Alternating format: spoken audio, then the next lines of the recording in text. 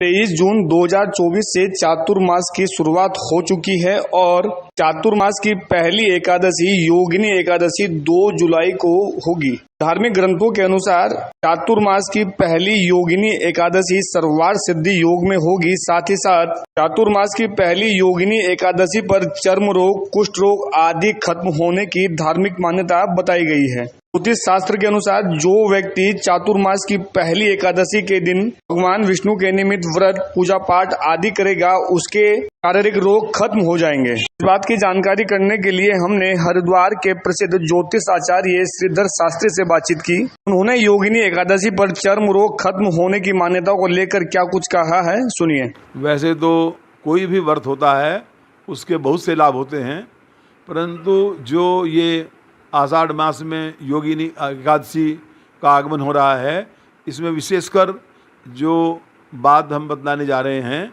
इसमें इसको विधिपूर्वक और सभी प्रकार के नियम पालन करते हुए, मन पवित्र करते हुए और तन मन धन को से हम इस व्रत को करते हैं।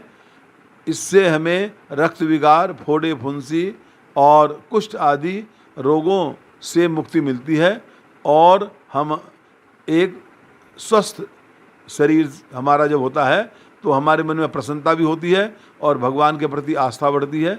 इसीलिए योगिनी एकादशी अगर हम करते हैं तो इन रोगों से हमें संपूर्ण रूप से मुक्ति मिल सकती है और हमारा व्रत यह सफल माना जाता है। ये जो व्रत है, व्रत को हम कैसे करें, तो व्रत का एक तो महत्वपूर्ण बात यह है, जैसे आज मान लिया हम एकादशी का व्रत कर रहे हैं तो हमको इसमें एक तो जागने का भी सब महत्व होता है और एक अगर हम निराहार रह रहे हैं उसका बहुत महत्व है। इसके अतिरिक्त क्या है, हमारे मन में पवित्रता और कलुषित भाव, द्वेष भावना, दूसरों के प्रति गलत विचार न होना, मन में श्रद्धा भक्ति भगवान विष्णु के प्रति और सभी देवी देवताओं के प्रति होनी चाहिए। और भगवान विष्णु जी का जितना भी हमें पूजा पाठ की विधि है उसको हम विधि विधान से करें। भगवान जी के प्रसाद को नियम पूर्वक बनाएं और उसमें तुलसी सम्मिलित करें। एवं एकादशी के दिन तुलसी को तोड़ना निषेध है, स्पर्श करना भी निषेध है। इसीलिए 10वीं तिथि में ही तुलसी तोड़ करके और उसको प्रसाद में अवश्य ही मिलाएं, उससे महत्व बढ़ जाता है। और साथ ही तामसी कोई भी वस्तु है उसका सेवन करने से उस व्रत का कोई लाभ नहीं होता, बल्कि उसका दोष ही लगता है।